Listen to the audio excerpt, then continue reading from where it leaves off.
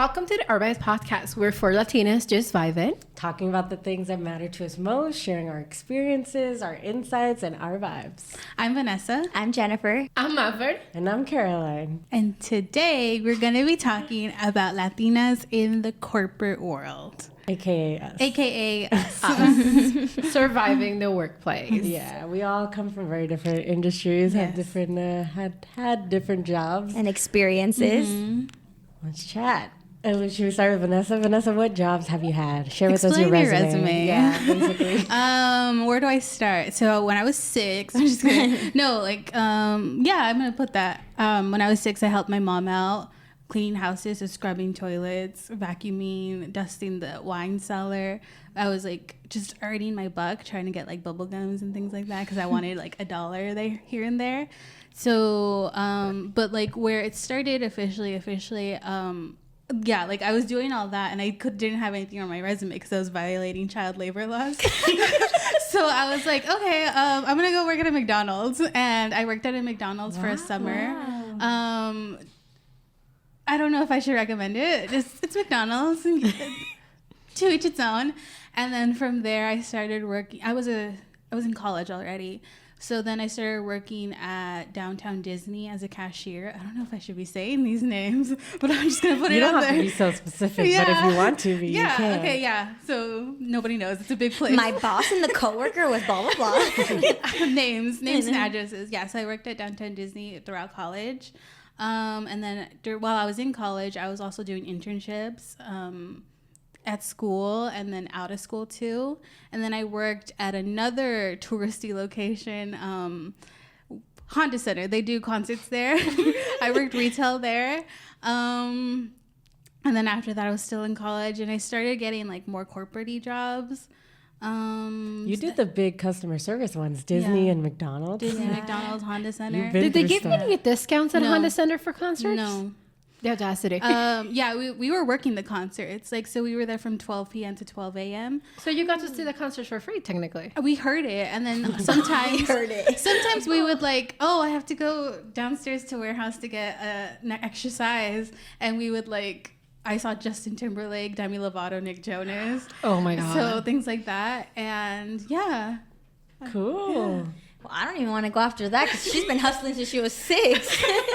But you went to corporate after, right? Yeah, I went to corporate after. I had office jobs, lazy girl jobs. And yeah. Lazy girl job. Well, that was my job when I was 6. It's I get to sit down and just tippity-tappy down my computer and live for it. I love that. Well, I had a lazy girl job when I was 6, not doing nothing. No, I didn't start working until I was 18, when I went to college. Yeah, we go to 18 at college, right? I forgot. And then my first job was working at a clothing store, customer service. That was not fun. I didn't really enjoy it. I liked the fashion component of it and working at a store, but then I felt like your money went to buying the pieces because you would stare at it all day. So I was like, darn. And then after that, I worked at a gas station. Ooh. Shout out to my AM PM days. I love the horchata there. So good. I tried everything in there. I never would have thought you worked at an AM PM. I did. Ooh. It was actually really fun. I'm not gonna lie. At night también? Yeah. Yes, but I didn't do graveyard shift. Sometimes I would get different shifts. I had Graveyard is always wild. Yeah, that one I wouldn't do, but I would do. I had a good area too. I was in Brea, so everyone was actually usuals. Believe it or not, there's usuals at gas stations. They come and they get their pack of. I know most of my cigarettes, and I don't even smoke. I know a lot of the beers, and I don't even like beer. It's the kind of people who used to walk in let me go grab this stuff that you need. Yeah, because you already know what they're getting. You get to know that everyone has their habits, the type of gum they get and stuff. It was fun. I liked my coworkers. If they were cheating on their wife or not. Yeah, I know, right? I was like, I saw you. Yeah, I was there for almost 2 years.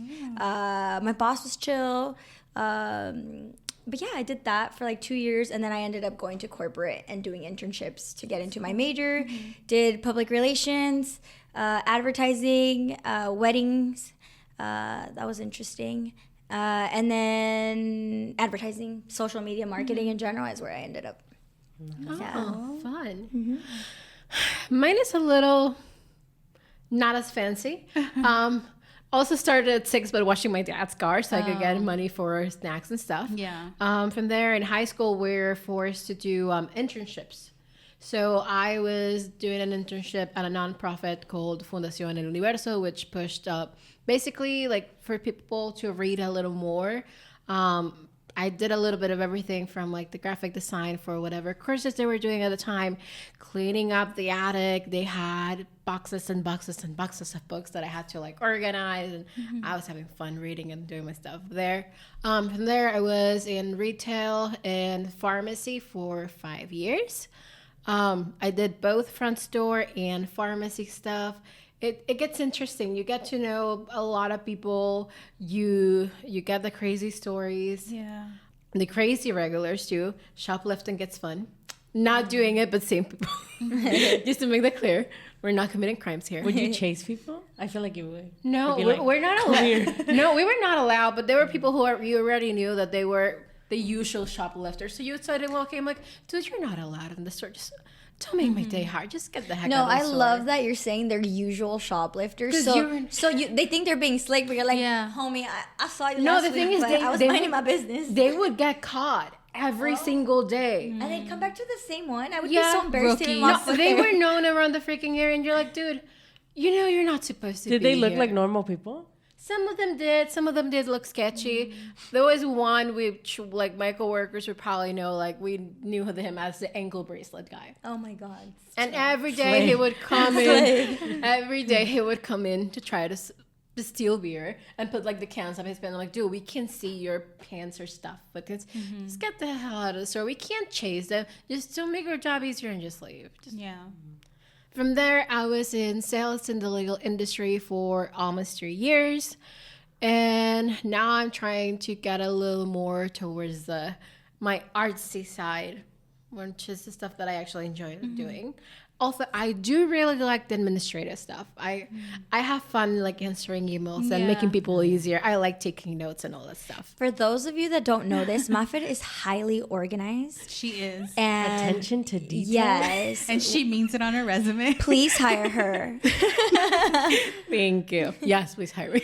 Yeah. What about you, Caroline? What have you done? Hearing your guys' history makes me feel better about mine because I always thought I was all over the place, but now I know it's like normal. Yeah. I started off in politics. I was like, I'm going to be president 2036 in high school. So I like my first, it wasn't like paid, but I was an intern for my local state senator in high school. And then I worked for other politicians throughout college, like in their offices, taking field calls and like learning about like, you know, making a difference in the communities and the stuff that government does. And then I got to like be in Hollywood for the first time. I was an intern at a writer's room, and then I worked like in development, in PR for like a reality show company, a company that produced reality shows. And then I was a post-production PA for Lego Masters the first season. That was really cool.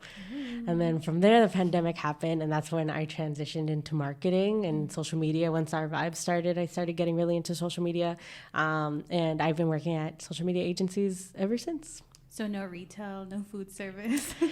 She saved herself the trauma. She saved herself the trauma. I mean, that's what my parents like wanted for me, but part of me feels like I miss that, like that experience. girl. Like I got stunted. No, you would have a solid 2 to 3 extra years of therapy. I do not recommend. I was a waitress for 3 weeks and never again. But I feel like My I would get respect to thick them. skin from that. Like I needed that, you know? It made me hate people. Yeah. Okay, well, I'll take your word for You learn it. it a different way. You do develop thick skin, but at the and same you develop time, great skills. Yeah, but you'll at the same and also conflict resolution stuff. Yes. People are wild. But I sort of touched that a little bit, like at my first job working for an elected official, because we would get phone calls being like, I need this help from the government, I need that help from the government. And sometimes the people that would call would be mentally ill. And then I would also have to like intake that and calm them down, and like sometimes like they weren't calling the right place and they would get frustrated. And so that taught me a little bit about customer service. no, and it makes sense because anytime you're contacting anyone in government, it's a solid 1 hour wait on hold. Yeah. So by the time it gets to the other person on the line They're before, usually frustrated. You pissed off. learn the skills without having to deal with people's attitudes. Without having a Sprite thrown on you. You got a Sprite thrown on you? Once. Dude, people are like having a Wild. bad day and they think like they it's our throw it fault. out on you. Yeah. Uy. I got people throwing liquor at me. I was threatened to be stabbed. It doesn't get fun. Yeah. See, you don't want to be stabbed. Yeah, you're good. Someone would have a medical emergency and people would just like walk over them and be like, Oh, I yeah. want this, and that. And I'm like, That sir. happens a lot. I worked at a clothing store and I kid you not, someone came in, they were like, here's blank money. Tell me what to buy. And I'm like, girl, this ain't Nordstrom. Like, Not so. That's kind of What cool. was 'cause it? they're I like, had fun. It was one of those Like a boutique? small business boutiques. Oh, Yeah. cute. well, You that's would. cool though. Yeah. Like you have a great fashion sense. I would have No, 100% it like was- her.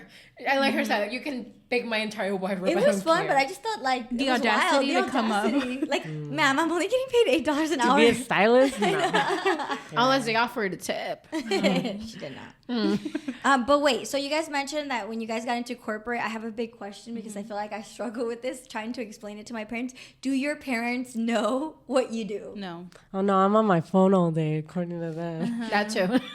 I On feel the like- vibes on is the what they call our vibes. vibes. I know they call our vibes the vibes. The vibes. For me, I feel like my dad sees me on the computer because I work from home and I'm in marketing, so I'm fully remote. And I feel like he like comes in and he's just kind of like, Can you help me with "Hey." this? Yeah, like they don't know that you're working because it looks like you're chilling from your bed in Yeah. your PJs. You're just playing The Sims on the yeah. computer. Oh, hace promociones, and I'm like, oh, Dad, you're so cute. That happened with my parents a lot, especially now that I'm in school, like taking online classes. Like I'm watching my module, my mom comes in and she's like, "Oh, are you in class?" I'm like, "I'm watching the videos." Was like, "Do you need anything?"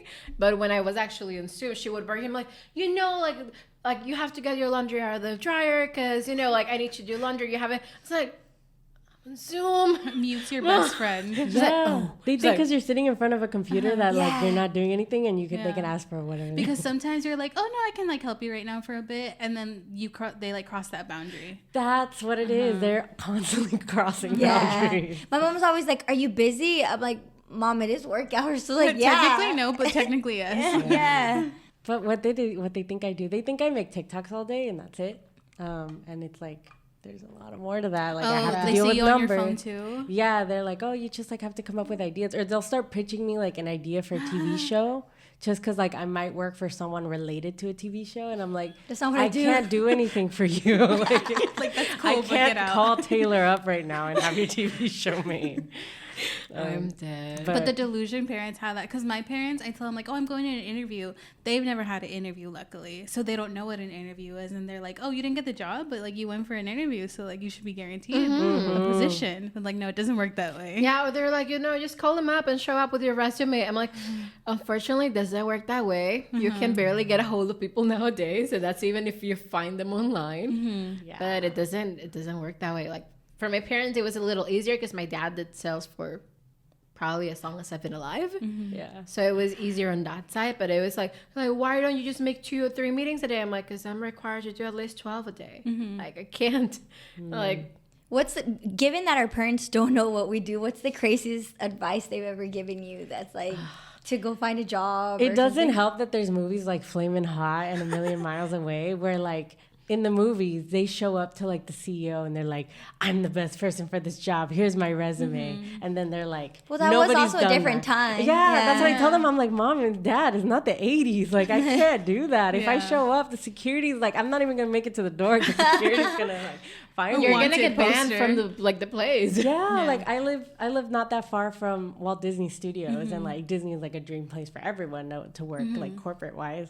And my parents were like, "You live so close, like just go and ask if you can talk to somebody." I'm like, do you know how many people do that? You're probably gonna speak to the security guard outside, and they're gonna tell you Yeah. to leave. Who are you here to see?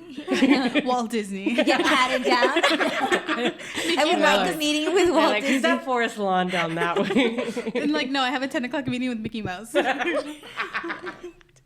I feel like my parents have never really known, like, as much as you try to explain them, I feel like there's like a disconnect where you can't really connect in the sense that they don't know like what you're doing with your life. You're almost like doing things on your own. Yeah. And I feel like they've had like they just hit me with the échale ganas, and I'm like, And you're like, Like, it's so, they mean well, but I'm like, what does that mean? Like, can you give me the plan of Echale Ganas? Because I need to know. Where's the itinerary for Echale Ganas? Like, when do I start? When is the break? Yeah. Because also, like, you can, like, echando ganas are, like, al mil, al cien, whatever, and it's still not enough. But they're, like, echale ganas. It's like... Yeah, I know the deluluness can get a little bit frustrating, but it's also kind of inspiring that, like, our parents never lose hope. They're like, they really are like, you can do whatever you can. And so still having that mentality can get it. Like, it's what gets us places.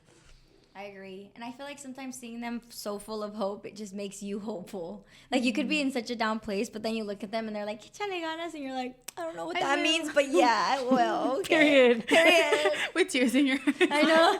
Échale ganas. I know, and it's kind of nice to at least know, like, hey, at least they trust us enough that they think we could sway a CEO. Yeah, we love the positivity. Yes. Once you get to those interviews, though, you know, sometimes it can be a little bit awkward. Have you guys ever had, like, a weird interview experience or, like, a question that's like, what the heck? Because, like, there's so many stages. Like, a lot of people go into the interviews being like, okay, I'm in. Sometimes, like, this is it. I just impress them. And yeah, you like, yeah, that's it. But sometimes, like, they turn you off with the interviews because you're interviewing them too. Like, do I actually want to work here? Do I want to work for this person? And then, like, it's like a date. Like, sometimes they say, like, they can give you the ick.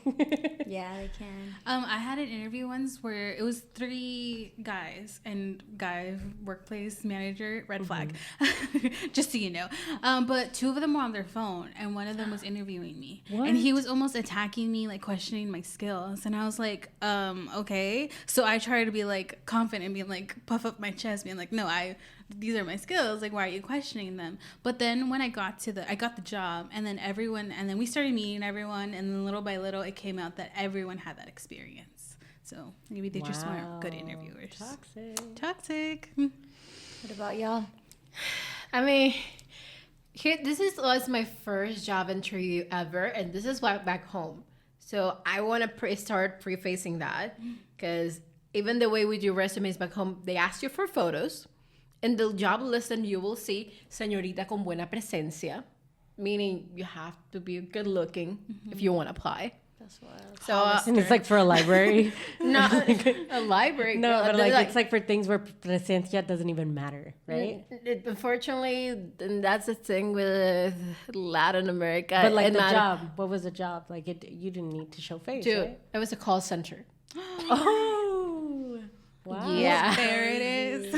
So I get to my interview like all nervous with like my little folder, an extra copy of my resume because I always bring one.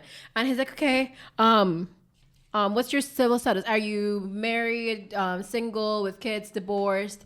No, like the guy was doing that. And I was like, single? Like, dude, I was 16. I was 17.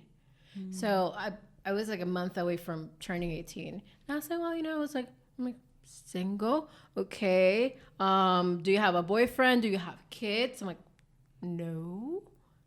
Okay. Are you planning on having them? And I'm like, I'm sorry, how is this related to the job description and whether I can do it good or not? You said that or you thought that? No, I said it. Oh, Good for Because you. he was checking me out. Like I was 17 and this was like a 50-year-old man. what did he say? What did you respond? He just changed the topic. And I was like, okay, so how old are you? And you're like, are you studying or doing anything? I was like, no, I'm taking a year off, like in between high school and College. in college, because I was gonna move here, but I wasn't gonna say that. But I was like, no, I'm just taking a year off. And they're like, well, you're not gonna be taking classes because that's gonna interfere with your schedule here. And I was like, sir, the stuff I do on my personal time does not have anything to do with this job. But at this point, I was like creeped out on getting get scared.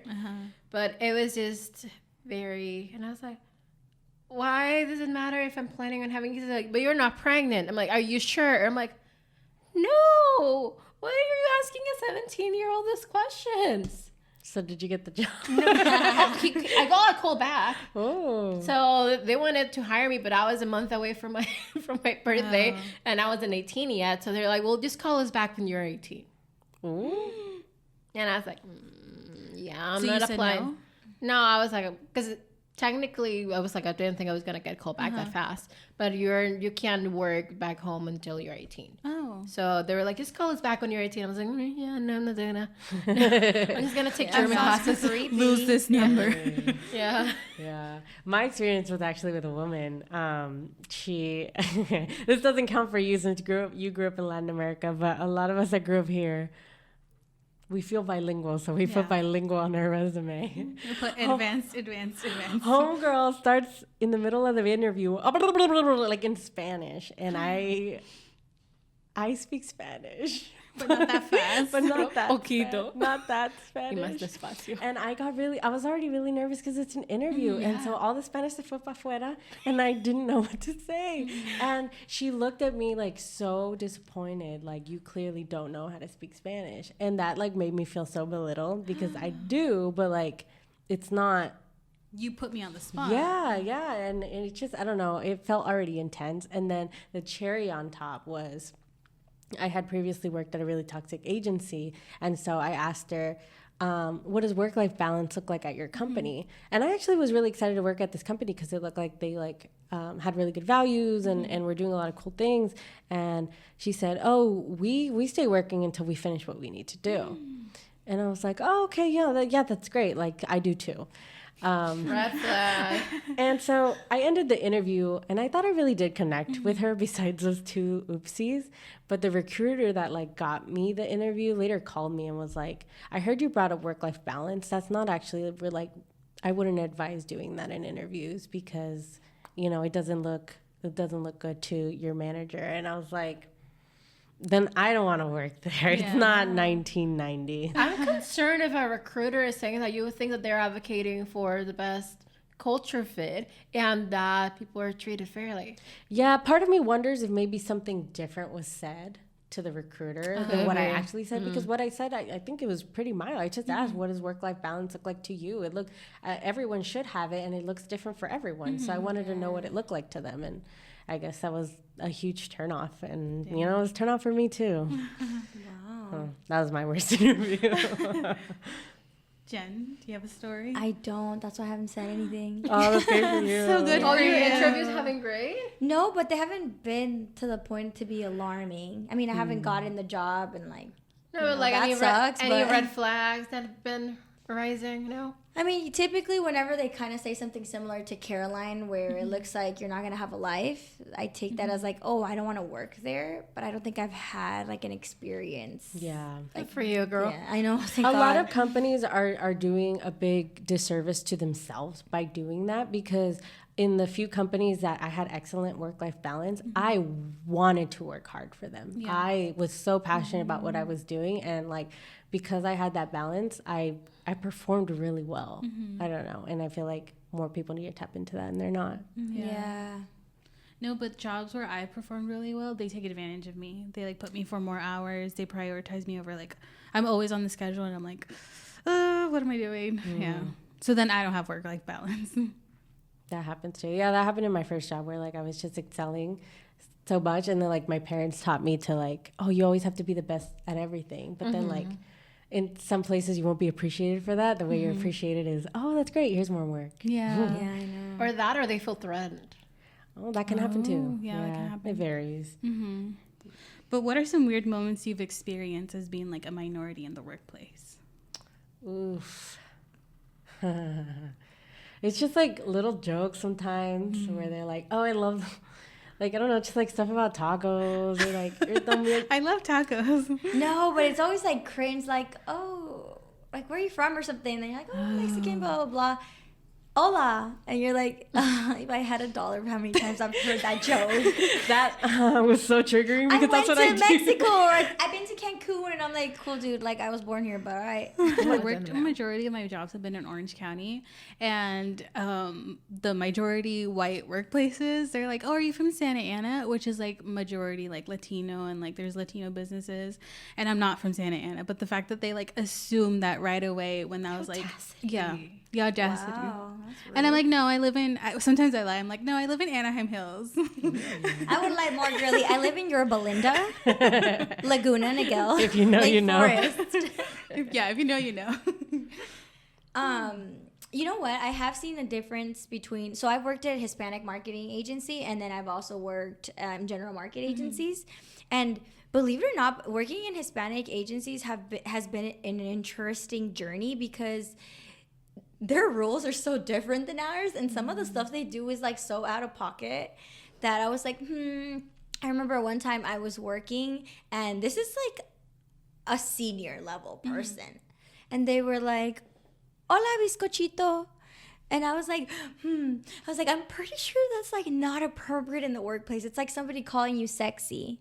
And I was like, my aunt would say it all the time, right? Like, oh, está bien bizcochito, blah, blah. Like somebody was cute or hot, like a guy. My aunt has always used it in that in that context. I don't know if there's a different more context. like a pet name.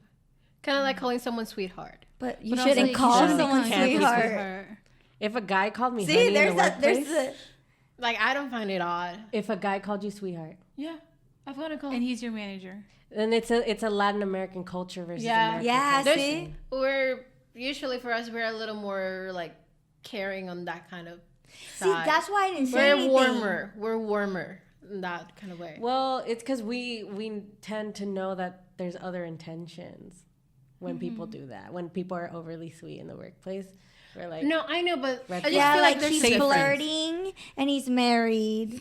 And No, but like talking to me. I've never gotten cold sweetheart or anything like that flirtingly. That's what I mean. Like, that instance is accumulated with all the other stuff I'm saying right now. oh no, go for it. I'm just saying like Point. from regular context, I'm only I wouldn't saying- say that way. But Yeah, see, I let that one slide, but then afterwards it got like weird, and I was like, Oh. okay, no. And he was married too. oui. And I was like, is this? And he wasn't from here, so at first I let it slide like you, and I thought, oh, that was weird. And I went to go tell my aunt. She's like, no, you're not supposed to say that to people. Like even if it's like how you said, you wouldn't say that with someone you work with. That's something you say with like a close friend or like somebody you're like hitting on.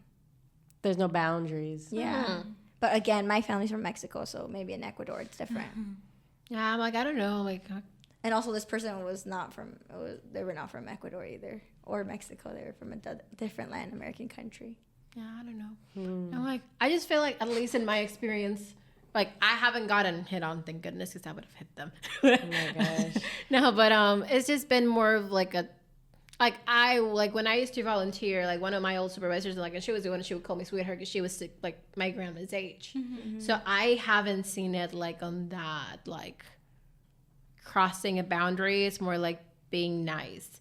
If it felt like with a weird undertone, I'd be like, sir. Because like I grew up in like a majority Latino place, like in school it was always majority Latino. Once I started getting to the workforce, those were the first times that I started to like really feel like a minority because I was in all white spaces. And so at the very like for a few years, my first like few jobs, I had so much anxiety and fear because I didn't know how to function like around like I didn't know how to, I felt like I didn't know how to function around white people. Like I didn't want to say the wrong things or else I'll never be able to get hired again. I felt like they all see me as like the token Mexican or like the token only minority person there. And so it was probably like I didn't need to do that, but that's how I felt. I felt really scared. Like I didn't know how to act around white people. Yeah. And I remember one of my first instances where like I got like a weird comment. Someone was like, an older like white lady. She was like, "Oh, your name's Caroline. It's not like Carolina. Like is Caroline your American name?" I'm like, "No, my parents just gave me an American name. It's Caroline." And she was so shocked. But then I also like. Yeah, that like I'm a few years in, I appreciate the responsibility of being the only Latina in the room sometimes. Like I see it as like, this is a power that I have and I'm going to use it for good. Whether it's like once they're hiring, I'm going to push for all like the talented Latinos that I know that can like join me on this team or whenever I can do input on like how to market to Latinos, knowing like having years of experience of doing that, I now have the privilege to share that expertise in this room. So I'm proud that I can take that seriously now. I love that. I feel like I've had a similar journey too. I feel like growing up, my school was diverse, but it's like everyone hung out with like their perspective, like ethnicity, Like Mean Girls. Yeah. Oh, yeah. It was weird. Like, so I predominantly grew up with Hispanic people, despite they were also in my class. But yeah, and I feel like once I got into the workplace, once I got into college, it was so diverse and it was nice, right? You're able to hang out with different people. But once I got into corporate and I landed in Hispanic marketing first, so it was like, oh, like I'm with my people, this is cool. Like the whole agency's that. And then I quickly learned that like a lot of us, everybody comes with like traumas, and it's kind of disheartening to see that there's a disconnect between like millennials and the next generation and how cutthroat he is. I feel like some of the millennials are like, they want to help each other and they're like so happy, like we're all here, we're all gonna get the bread and like let's help each other out. And then like the generation above is just like, You have to go through what I did. yes. And I don't understand why people do that. Like, you would think that if you went through a hard time, you would want people to avoid that and to make things easier for everyone else. Yeah. Like, why do you have to make someone miserable just because you were miserable? And then they complain, oh, this next generation has it so easy. They want everything so Yeah. They don't want to work. They like, and I get like spoon feeding someone something and then them not even trying to learn, but I feel like it hinders the learning process in general to not even like set them up for success. Yeah, it's so discouraging. And then I switched to general market after that because I'm like, I really want to help my community, but like it's affecting like my mental health, and I'm like, I don't like it. I don't like the culture. So then I got into general market, and then it was fun. I learned a lot, but some of the jokes, like I just didn't understand what they were talking about, or they would like reference specific artists or That's always specific been my moments or experience. specific words. I'm like, I've never heard that word in my life. That's what my experience has been mostly. It's like, I have no idea what you're talking about. I was like, they're talking about a sport. I'm like, I'm sorry, which sport is that? Is that basket? Is that volleyball? I'm like, I don't know. I don't care. People like getting excited. I was like, Super Bowl. I'm like, that's a thing. And like, it makes you feel like an outsider. Like, oh, I have to go to work. Like, I don't want to go to work. Like almost like kindergarten all over again. Now that we're a few years in, have you guys found different ways to fit in? Well, that's feel what I was more getting confident? at. So after that whole journey, in the beginning, I didn't know anything, so I would kind of stay quiet. But then, similar to your story, then I was like, I don't know, I felt empowered versus trying to like hide who I was in my culture. And I realized that when you're in spaces that celebrate you, you're more open to talk about it. I know there was like an instance where I like said a reference about Taylor Swift. I was like, oh my God, like I've never been around people that like Taylor Swift. And like a lot of white girls like Taylor Swift. So like, you know, they like Taylor Swift, and it was like so nice. I'm so sorry. I know all the like Hispanic community hates Taylor Swift. I know, but like I liked it growing up. Latin America loves Taylor, so you're good. I know. She never goes over there. I bet this was the first time. But anyways, I found that out. That was a fun fact. But anywho, then like some other girl comes in and she was like, oh, well, like growing up, like everyone loved Taylor Swift. To kind of like, it almost felt like she was kind of minimizing my experience. And then usually I would have just stayed quiet and been like, oh, like, whatevs. But this time I kind of felt like, oh, well, like kind of letting her know, like my experience is different. Like I predominantly grew up in a Hispanic culture, and like they didn't really like it. She was frowned upon, blah, blah. And then she kind of just stayed quiet, like, oh. And back then I would have just stayed quiet about it, but it's like, I'm going to use this moment to educate. Yeah. Cool. And it kind of sucks that sometimes like the duty to educate people falls on us, but at the same time it's like, well, at least we're letting them know. And if they want to keep doing the same thing, well, at least that's on them now, but they know. Yeah. When I worked retail, there was a lot of like Latinos, and it's so like fun because it's like we poke jokes, we're talking in Spanish about like customers, and also it's like, oh, we're gonna have a party, like we had like pizza party. It's just because it's like Latinos make a party out of everything. So like working in retail with like majority of Latinos was a very welcoming environment, but sometimes there was older Latinos and like they were judgy, like the judgy tia. So like there was also that. Like, oh, pocha, mijita, no habla español. Yeah. Now, I'm like, I got a few times, but it was mostly like from customers. Like, just obviously speak Spanish. And they're like, oh, agradecele a tu abuelita de mi parte por haberte enseñado español. I'm like, señora, ¿y usted quién le dijo que me enseñó mi abuela? Es mi primer idioma. No, pero es que no tienes acento. ¿Qué voy a tener acento? Pues si es mi primer idioma. Tengo acento de ecuatoriana. But I was like, I'm very confused. I've also gotten the, so we're like, where are you from? I'm like, Ecuadorian. Are you sure? I'm like, Are you sure? Yeah, and they're I'm like, positive. what part of is Ecuador? Oh, of Mexico's Ecuador, and I'm like, it's all the way in South America, man. Get a map. Some people I feel like don't even know what they're saying. I remember one time I'm like, where are you from? I'm like, Mexican. Oh, that's why you look so exotic. I've also gotten like, what does that even mean? Exotic. I hate that word. What does that even? So we talked about how certain workplaces can be not the best. Have you guys had people that have made it tolerable, like work besties or something? Oh, I love a good work bestie. Shout out Mary. Yeah, and I feel like this might just be me, but I feel like every work bestie is created through chisme. Like you guys have to like have tea Gossip, time. 100%. Yeah. Work besties are done through tea and trauma. Yeah, that's exactly what it was. I feel like sometimes I would even stay at jobs that I wanted to leave so badly, but the only reason I would stay was because my coworkers made it tolerable. It's like I can have 3 jobs. Like I just want to be here with you guys. I love you guys so much. And like it's also part of like politics. Politics exists even in the workplace. Yeah. So like you need an ally, and that work bestie Yeah. will sometimes like stand up for you, or like you'll make sure you'll tag team on a project and like make sure it gets done the way that you think will be best. And so, Or they'll stand up for you. yeah. It's definitely good to have a work bestie whenever you can. Yeah. Especially in the retail world, it's like you're going through trauma together. Yeah, 100%. No, for reals. I realized that if you're like in retail, or I guess non-corporate jobs in general, like the work besties are like top tier. Yeah. Like, It's like And when some- you see each other on the schedule, you're working like, yes, thank God. You're like, Yeah. it's going to be tolerable no matter what and happens. you know what? I feel like it's because there's that lack of like hierarchy where it's like everybody's just kind of equal, like working, vibing, like we're all just here, surviving. But then when you get into corporate, there's like senior and associate and this, and it's like the way people treat each other, they're so different that I almost feel like, I don't know who says it in an episode of The Office where I'm like, I'm not here to be your work bestie, I'm just here to work.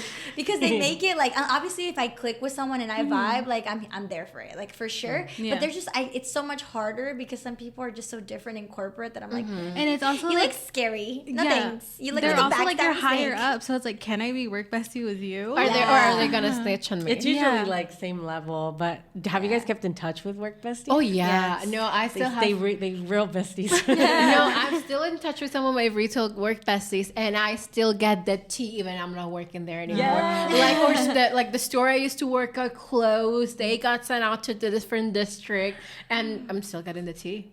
We still have the Discord group. I was like, don't get them in trouble. No, and I'm like, it's just like the store we used to work at closed, so they got sent over to different stores, and I'm like, so That's they were tea. like, everything is on clearance, so I was like, okay, good to know. So if I need to go stock up on shampoo, I gotta go. Yeah. I'm really impressed with my like bestest work bestie because we're long distance. We only met once when she flew all the way from Florida for a work event, and we met for like a day. But we've kept in touch for several years now, and she's like, we FaceTime each other like all the time That and is like so talk about our fun. personal life. That's Yeah, she's great. I love I her. was gonna ask, how has it been like? Because I know some of you guys have had fully remote jobs. To connect and make work besties that way, I feel like it's become so much more difficult. It is. I do memes, or I send gifts in my emails. Yeah, it starts with like chats, like whether it's tea through texting or FaceTime. Those like 4-minute awkwardness before Zoom. No, yeah, I was gonna Voicemails, say that. Like yeah. on Zoom, like the connection's not good, so you say a joke and be like, "Oh, it didn't land," because you probably didn't hear it. Or like, oh, Joanne's always late again. Oh yeah. Oh, she's coming in. Okay. And you guys' experience, have your work besties been around the same age? No. Or has there been an age difference? There's been an age difference. My work bestie, shout out Claudia, she's 30, and like we're like tit and tat. We were like always like going at each other and being like, but sometimes it's like, oh, you're older than me, but sometimes like, oh no, we're both in our 20s. Yeah. She's so cute and sold to me next door. Just so cute. I'm dead. Somehow I always get along with older people, and they end up like being like my parents' age or even older.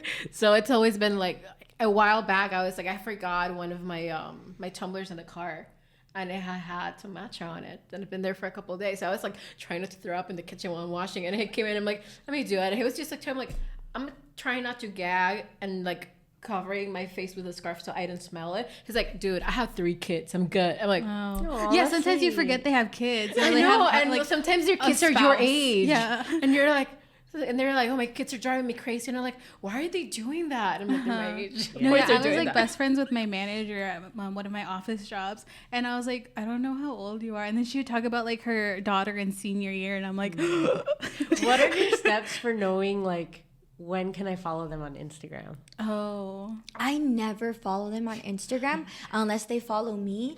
And that's only because I want to be respectful. Like, I'm too nervous to like, because I know there are some people that, well, I guess it depends on the person, right? When they follow, you're like, what? No. Block immediately. Why did you find me? But then there's like some people you're cool with them like following you and stuff because like, you know, the vibes are okay.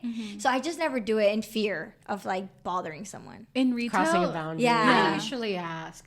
Oh. Like, if I'm sending like a reel or a TikTok, and then at some point I'm like, hey, and I'm like, do you have Instagram? Because I could just send it to you, like, if you're comfortable with that. And if they say no, I'm fine with it. Oh, I like that. I thought you were gonna say, "Can I add you?" I was like, I feel No, like they're forced to say yeah. No, it's like I'm Yeah. sending like a TikTok. It's like, oh my god, tell us, LOL. And then like if it comes, at some point it comes up and they send one back, I'm like, do you have them? Like, if you feel comfortable sharing, if not, it's fine. Because some people like to keep their personal and their business private, and that's 100% I valid. actually really like that approach because you kind of get a pulse to see if they're okay with it versus you just like following them. Yeah. I didn't think about that. That's smart.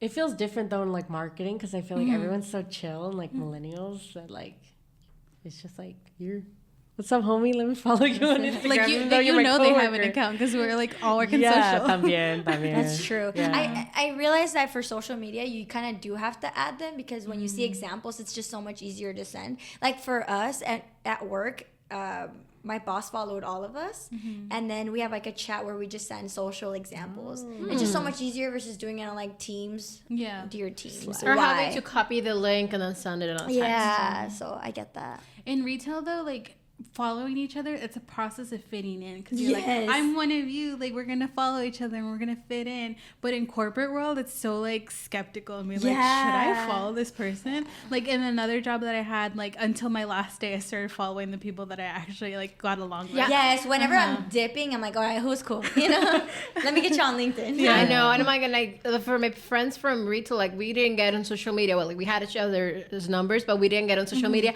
until I actually left. So, but I was like, if I have if I feel more comfortable giving people my Instagram than giving them my personal stuff. Yeah, Because then that people too. call and I don't like phone calls. Yeah. Going back to like the identity aspect, because I feel like it's hard to go anywhere without like being like, I'm a Latina. We carry that with us everywhere. How, like, what difference has it made for you as a Latina in your workplace? Like, how do you deal with your identity? Do you let it play a role into what you do, or No. has it impacted you for the better, like being a Latina? Has it helped you? My one job where it was like majority white people, I tried to not even think about them. Like human experiences, like I'm here.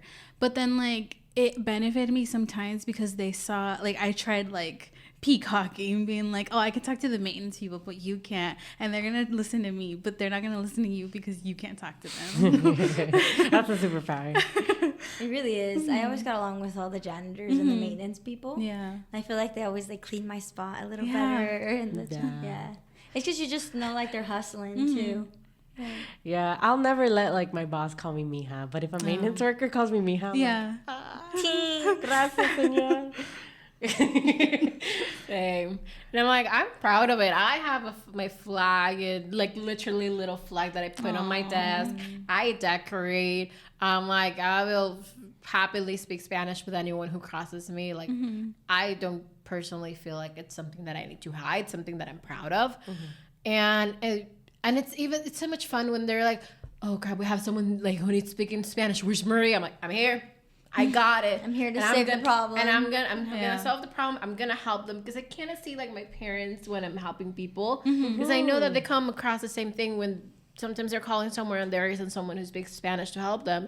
So I will deliberately go out of my way to help in the most that I can. Yeah. And it's always fun when I get a little translation project. I feel like growing up, I hid it a lot and kind of minimized my culture and myself. But now I'm like, I'm Latina. I'm this and that. Yeah, so I'm really, really proud of it. I think also the movement that's happened in the last couple of years of everyone just really embracing their culture and being proud of it has helped tremendously because not only for one to feel empowered, but for other cultures to be like, oh yeah, like we need to respect other people as much as we want respect too. So 100%. that's been super, super helpful. Yeah. And I think like how I've enjoyed being Latina in the workplace, especially within advertising, is that we have an impact to help diversify media. And I love making decisions that I'm like, they're like, oh, go look for influencers. I'm like, okay, I'm gonna put And they're majority for Latina. Latinos, for Black, you know. You just start like you have that control and that power, and you have like a seat at the table to be able to make those decisions. So I always make sure that I'm as diverse as possible. You're passing it down. Yeah, I love that. Yeah. A lot of my best jobs and my favorite jobs have been because a Latino or Latina like introduced me to it or like help open the door for me. And so I'm constantly thinking about that like in every room that I go into. I'm so grateful for that. So I want to pass that down too, and like whenever I can open a door for another Latino or Latina or any BIPOC person that have to experience an opportunity that I have in a better way, I want that for them. So that's my mentality in any job that I go. I love that. Well, we hope this episode inspired you to embrace who you are and your culture. Make rec besties. They're not that bad. They help you get through the day. They help you survive. call Taylor up. Call up that CEO. It's okay to be delusional, Yeah. I think. Like, our parents have a point, too. It's like, yeah. Yeah, sometimes it's okay to like bring that little Lulu in, like, and feel empowered in who you are, feel proud. And don't just let, like, the Delulu lead you to the door. Let the Delulu also be present when you're working. And last but not least, échale ganas. Oh, yes. As much as you Échale can. mucha ganas. Ponte las pilas. Thanks for watching. Make sure to like and subscribe. If you have some time to leave us a review, we really, really appreciate it. Or let us know what you think. Let us know if you have a similar experience. Feel free to comment. So, yeah, keep us posted. We want to hear from you. And don't forget to follow us. Bye, guys. Bye.